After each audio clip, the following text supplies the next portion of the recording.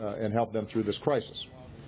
And joining me now is Michael Quigley. He is a veteran of the Iraq War and a member of the Truman National Security Project's Defense Council. It is good to talk to you. Look, Nouri al-Maliki comes to power while the U.S. is fighting inside of Iraq. The U.S. was worried before leaving the country that al-Maliki could govern in a sectarian way. So how surprising is it really that the security situation in Iraq is deteriorating along sectarian lines?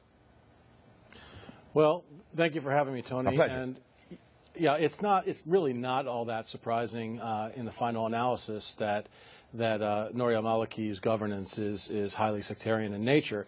We saw signs of that before we left in 2011, but we also took steps in that time that we were there to build an inclusive government for him, and we trained. You're talking about the Sons of Iraq, the Awakening, and efforts like that? Yeah.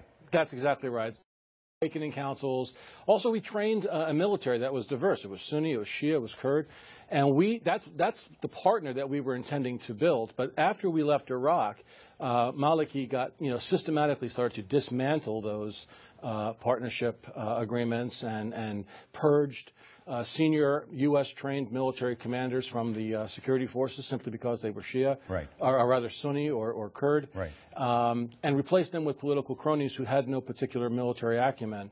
The Sunni population of Iraq has started to call the army Maliki's militia. Right. Okay, so what are your thoughts on how the president is responding to the current crisis? No ground troops, military advisors going in, and the Secretary of State to the region to talk to the kind of the regional actors.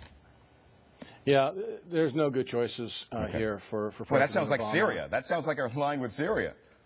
Yeah, and you know, there's real connections between what's happening today in Iraq and what's happening in Syria. In fact, from a Sunni perspective, this is a spillover issue.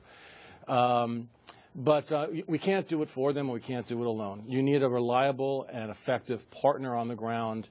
There has to be a political solution that addresses the underlying issues. You know, Iraq is not facing an insurgency simply from ISIS. They're facing an insurgency from a coalition of Sunni groups that are coalescing around ISIS. That's right. And what ISIS is doing is they're actually they're looking at this as a whole of government insurgency. They've got an office, they've opened up an ISIS state building, and they've got an aid office and a consumer protection office.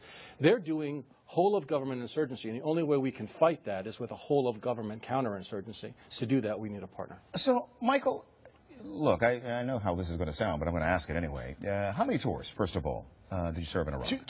Two tours in Iraq. Okay, so I can hear. But can I ask you, given the lives lost, the treasure spent, why do you still care about what happens to that country? Well, because I was there.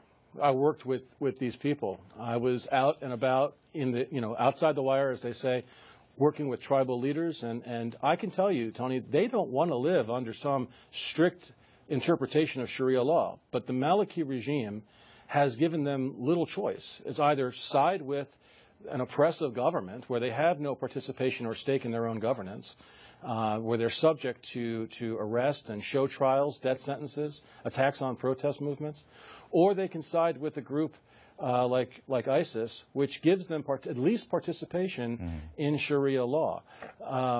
It's not a good choice for them, and I know that there needs to be a third option. And for that to happen, we need to have that partnership with the Iraqi government, because failure to do that denies these people a sense of human dignity and a national identity. Do you agree with the president, or maybe you have a different view of this, when the president says that ISIS gaining widespread control of wide swaths of Syria, of Iraq, would be a threat to the United States, and not just U.S. interests overseas, but to the homeland? Ultimately, I think it could be, yes. Okay. ISIS is, for now, it is a regional Takfiri group, right? They're looking at the apostates as they see that within Islam. But, what happens next?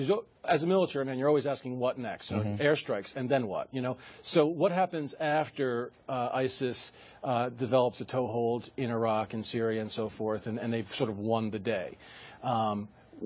what's next. Right. And what's next would be a real threat to the United States, particularly because there are Americans and Europeans who have joined their cause, and they're going to go home someday. That's right. Michael, good talking to you. Michael Quigley, he is a veteran of the Iraq War and a member of the Truman National Security Project's Defense Council. And Michael's been joining us from Washington. Michael, thank you.